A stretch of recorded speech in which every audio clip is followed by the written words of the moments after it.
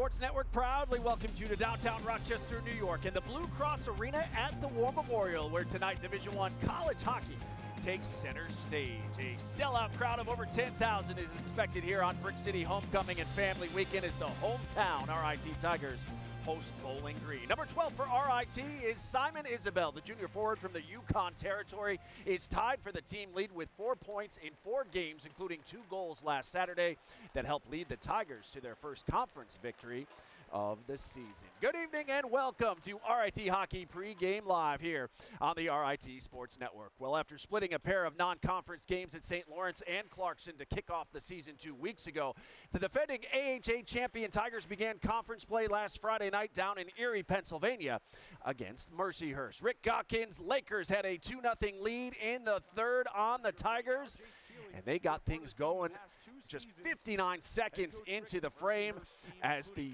Lakers would take a 3-0 lead on the Tigers, but RIT would battle back in this one. Over 13 minutes remaining. We're playing 4-on-4, and it's Gustav Blom with his first goal of the season. The Tigers back within 2. Under 5 minutes to go, off the turnover, Tigers with a 2-on-1 heading the other way, and it's going to be Tanner Andrew in front to Dimitri. Micro Giannakis back for another year and back to scoring goals. Tigers down just 1 with 4:18 to play. Final minute, Tigers with the extra attacker on, but they're unable to keep it in the zone as Sean James seals it with an empty netter for Mercyhurst. They took game 1 of the series by a final of 4-2. So the Tigers' struggles against the Lakers in Erie continued last Friday night as they fell to 1-5-1 in their last 7 games at Mercyhurst. Micro Giannakis scored his team-leading 3rd goal of the season.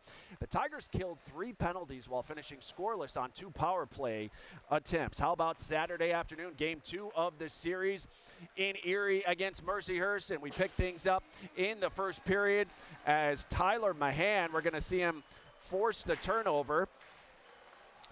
And the shot here coming up is blocked, but Philip Jacques, right place at the right time for the rebound put back. Tigers back in front, 2-1. It would stay that way until late in the second. Tristan Allen, the nice feed coming up down low to Simon Isabel, and Isabel's going to net his 2nd of the season right there.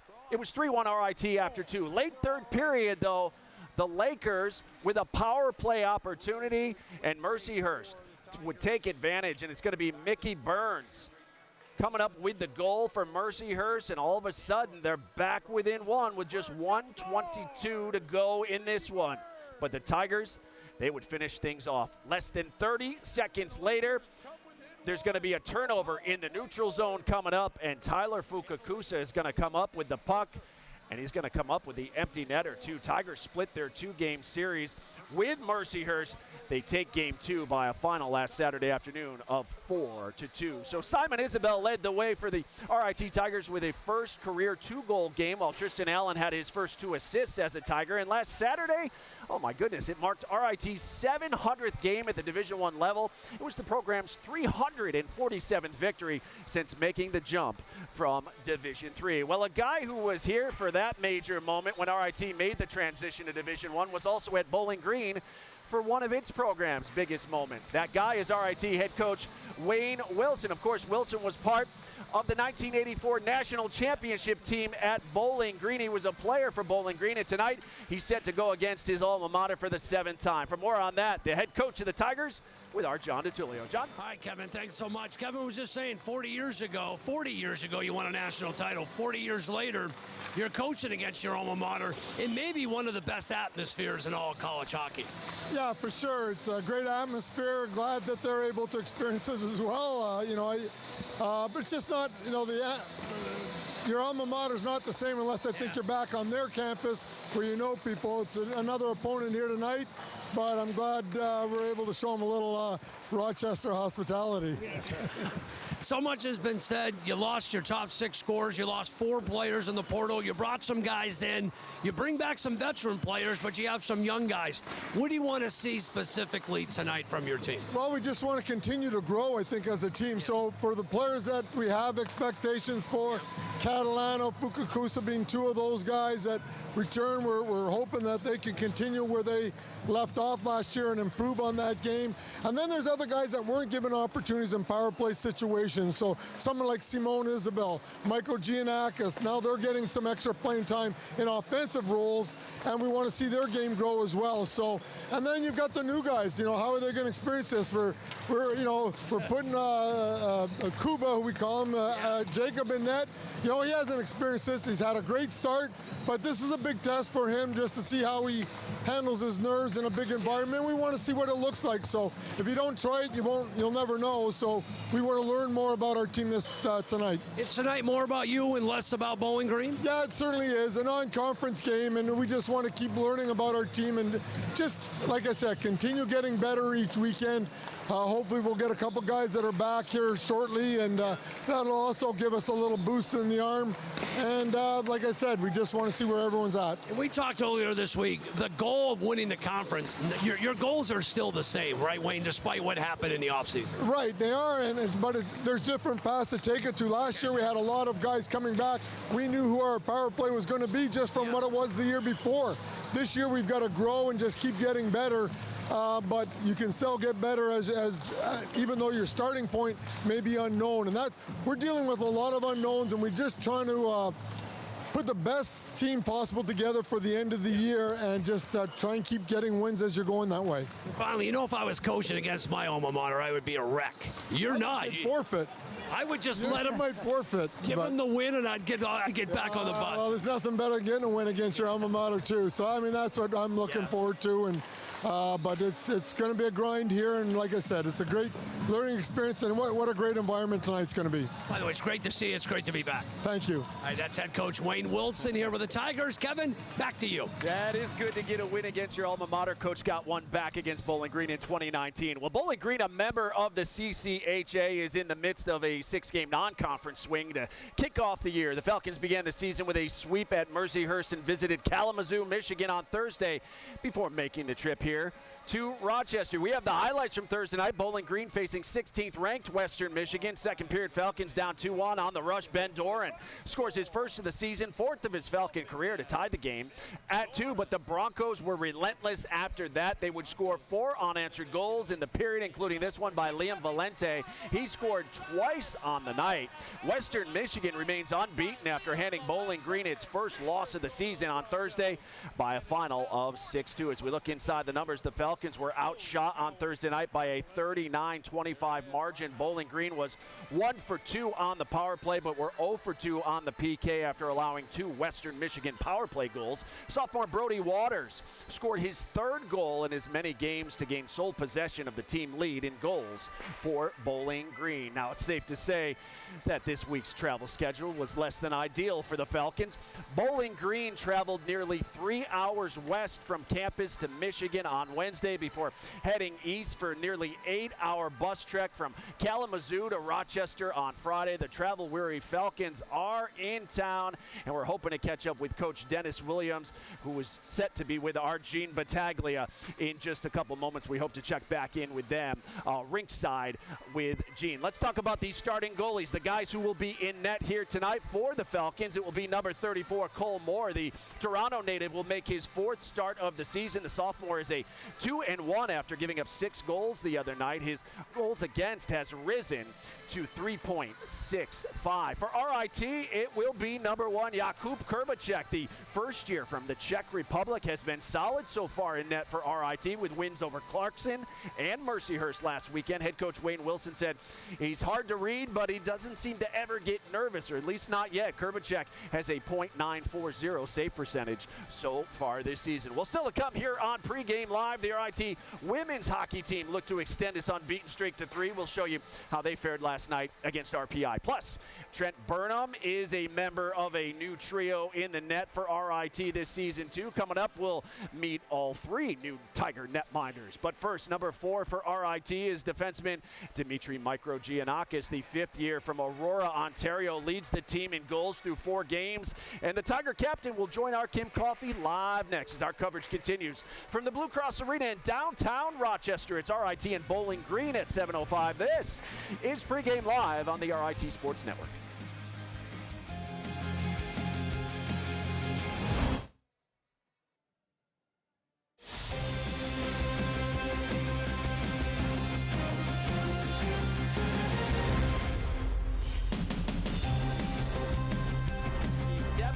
primetime meeting between RIT and Bowling Green in the first here in town since 2015. Falcons 4-1-1 all time against the Tigers. Hey, elsewhere in the men's side of Atlantic Hockey America, we have the scores for you. Niagara leads RPI in the second. At last check, it was 3-1. Mercyhurst and Union are tied at 1. Bentley hosts Long Island. UMass visits Sacred Heart. Miami of Ohio is at Robert Morrison in the only conference game scheduled for tonight. Actually, Niagara up 4-2 now. Army opens up AHA play at Holy Cross. All of those come up for you at the top of the hour. Well, this season is the final year of COVID eligibility across college athletics. Dimitri Microgiannakis is making the most of that as the fifth-year defenseman currently leads the Tigers in goals with 3 in just 4 games. The captain is live now with our Kim Coffey. Kim? Dimitri, here we are back at the Blue Cross Arena for the Brick City homecoming game. You know, knowing the success this team has had here, how much extra motivation do you guys get knowing this building's going to be rocking later? Yeah, I mean, it's always special to play here. It's always a highlighter game. The boys in there want to win every game, so the motivation's at its peak every night, but always when you have this kind of support, there's a little extra a little something special. So we're looking forward to bringing it out there and laying it all on the line and giving a great show for these guys. As a leader on this team, you got a lot of new faces, guys that haven't been here before. What are you telling them to help motivate them?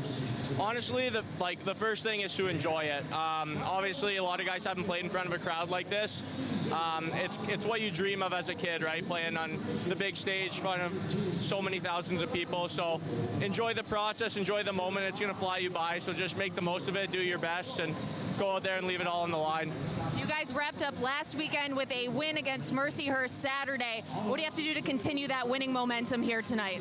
Yeah, I think it's just sticking to the little things. You know, when we get in our forecheck, we get our cycles going in the O-zone. That's when we're really dominant, when we use our speed. We know the systems, we know the structure we have to play, we know what it takes to win. So it's just sticking to those little things, those little details, and just laying it all out there, and then we're a great team. I know you said you had family here tonight. Any extra pressure there? No, never. I'm always as motivated as I can. It's always nice when they come support me. I'm very appreciative of them. So hopefully we can get a win for them. Dimitri, good luck tonight. Thank you very much. Kevin? All right, Kim, thank you so much. Well, it was a position of strength and experience the last few years, but the Tigers' stability in net quickly changed in late March. With the departure of the reigning AHA goaltender of the year, the Tigers had to scramble to fill the void, and now with a brand new trio in net, RIT doesn't have a clear number 1 netminder anymore. When Tommy Scarfoni entered the transfer portal at the end of March, the Tigers unexpectedly had a big hole to fill. In net, we thought we were in a great position because we, at the time, really liked the 2 freshman goalies that we had coming in. We thought we were having Tommy come back to really just ease them into the college game, and all of a sudden he transfers, so then we're looking for a goalie with experience. The Tigers found that experience in the portal, picking up Trent Burnham, who spent the last 2 seasons at Lindenwood. Why was RIT kind of the right fit for you? Yeah, well, talking to the coaches and the staff here, I think they had a real good plan for their players and their team. They had a long-standing culture, really good history of a winning group here, and I just wanted to be a part of that. With 3 new goaltenders on the roster, the RIT coaching staff turned to former Tiger netminder Mike Rotolo for help. How beneficial is it to have a guy like that kind of working with this? Oh, incredibly. He knows the ins and outs of this place, and that information is invaluable, especially in a league that's competitive like this one. I had a coach last year too, and I think it helped me a lot, and I know him 1 month, and I have to say he's amazing. He helped me a lot already, and he knows what he's doing, so that's great.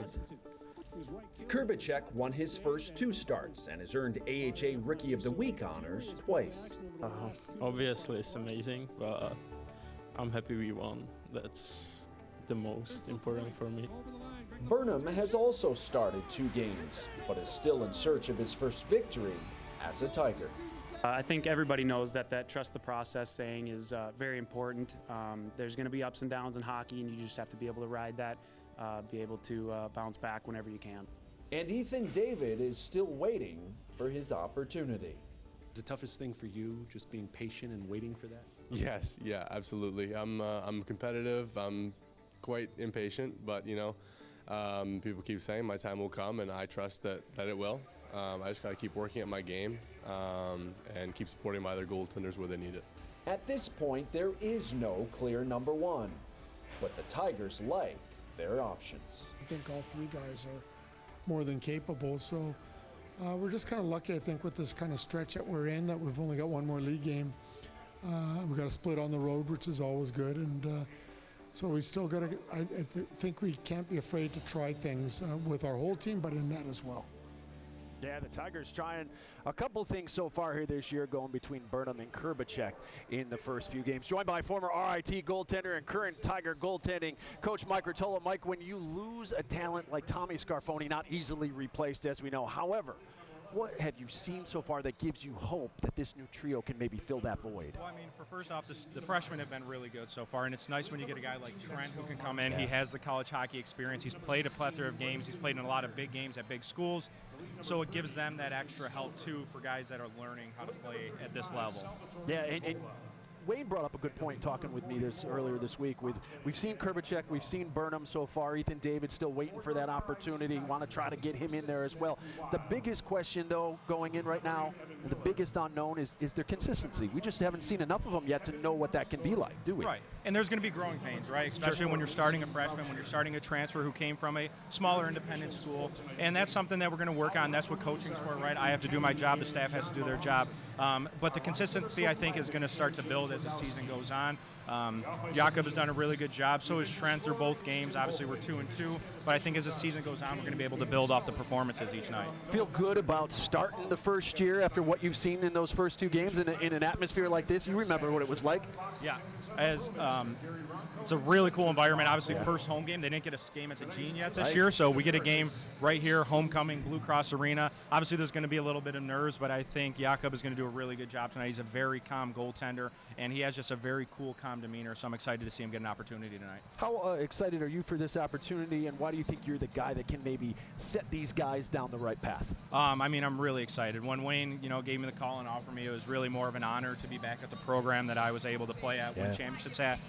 So to be able to give back to these guys, especially being a younger core, it's really nice just to kind of give my guidance and the experience that I've had playing here, playing in big games, and obviously the knowledge of playing the position at this school. So it's been an honor and a privilege to work with these guys. I'm excited to continue to grow as the season moves forward. Well, we appreciate your insight as always, of course, with us for the AHA Championship last year, and Mike will join us throughout the season here on Pregame Live. Best of luck here tonight again. Thanks so much for your time. Meanwhile, the RIT women's hockey team rolling last weekend. They knocked off 7th-ranked Colgate, a Frozen Four team from a year ago. Now at 5-2-1, the Tigers are off to their best start in the Division I era since the 2014-15 season, when they not only won the conference, but made their only appearance in the NCAA tournament. Tigers close out their 2-game series with RPI last night at the Policini Center. First period, Tigers gain the zone, and Brett Kelly snaps the wrister for the goal, or second of the season.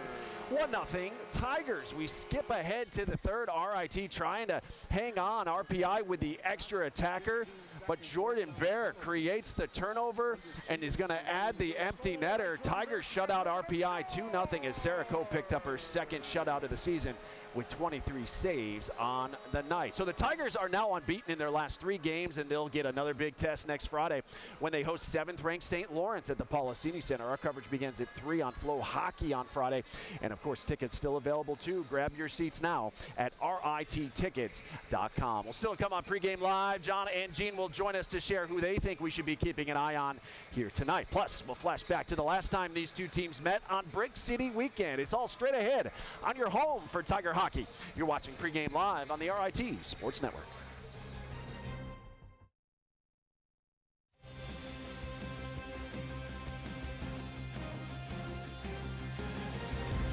And RIT wants to play like Bowling Green. They are relentless. They like to play fast. They will pressure the puck. That's what Wayne wants to see from his team. Opportunity.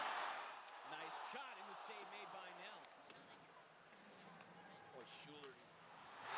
Tap it again. Tigers lead 1-0. In fact, the first lead for RIT this season. It'll be Goldberg bringing it in. Goldberg rolls it over. And a goal. It's 2-0 RIT. 2-1 here. Can the Tigers withstand a late charge by Bowling Green. We're a little over 3 minutes away from finding out the answer to that question. Feed in front and in. Oh! Yeah, I said over a little over 3 minutes. That answers it real quick. We are tied at 2. 8 seconds remaining. The Tigers here now just looking to get the tie. Bowling Green along the near wall. 2 seconds, 1. And the Tigers and Bowling Green tied tonight here at 2. Yeah, 2015, the last time Bowling Green was in town. Tonight marks the 17th annual Brick City homecoming game here at the Blue Cross Arena. The Tigers have been on a roll in this series, having won their last 5, as you can see there, to improve to 7-5-4 all time. Clarkson will be the opponent next year, followed by Big Ten powerhouse Michigan State. Coming up in 2026 should be a good one. Well, coming off their first conference championship and NCAA appearance in 8 years, the Tigers were confident about the group they expected to return this season. But the transfer portal saw 4 all-league players depart, leaving some big questions about this season's team. As we bring in John and Gene, and guys, we already discussed the new trio in net, but the Tigers are also dealing with injuries, with Matthew Wild yet to play this season and out again tonight. It's early, but safe to say we're still not getting a feel for what this Tiger team is all about this season. Oh, yeah, Kevin, the journey is just beginning. Kevin, good evening. John, good evening. Buddy, welcome back. How was the summer, my man? It was too short as always, but glad to be back for Tiger hockey. And, John, it is a new year, and where we start this year is there's a lot of new faces on this team. A lot of new faces, and they lost big-time players. They lost their top 6 scorers. We know what happened in the transfer portal. By the way, they lost the best goalie in the conference, but the goals have not changed. It's just, how do they get to be champions of the Atlantic Hockey? We're going to find out. It starts tonight against a very good Bowling Green team. Yeah, quality opponent here tonight. BGSU, their top line, one of the wingers. Our player to watch tonight, leading the team in goals, Brody Waters. Yeah, 3 goals. I mean, it's really a balanced attack. Wayne, really watching them on tape, he says very similar to how we play. But they've got they've got some new faces, but they've got some veteran faces as well. And you look at the numbers there, 3 goals and 1 assist leads them with 4 points, 2 power play goals on the season. So keep your eye on number 29 if they get the man advantage. So without Matthew Wild tonight, that's part of the line that was so special last year. Our player to watch tonight, number 9, Tyler Fukakusa. He knows what this game is all about now, John. He experienced this last year. We saw that line really evolve and develop throughout the year. And Tyler Fukakusa, Wayne even said this week, he needs to play better. He had 28 points last season, but so far this year, off to somewhat of a slow start, 1 goal, 1 assist. He wants to see him play better. And in fact, he wants to see a lot of his leaders play better starting tonight. But number 9, going to need a big year, not only a big game, but a big year if the Tigers want to get back to the championship game. Building is jumping right now, Kevin. Everybody excited for it tonight. 7:05, the puck drop will have it for you. Kevin, we go back to you. Yeah, can't wait. Tigers about to take the ice here when we return on Pregame Live. Season tickets are selling fast at the Policini Center. We'll tell you how you can get your hands on season seats before it's too late. That's next. You're watching Pregame Live on the RIT Sports Network.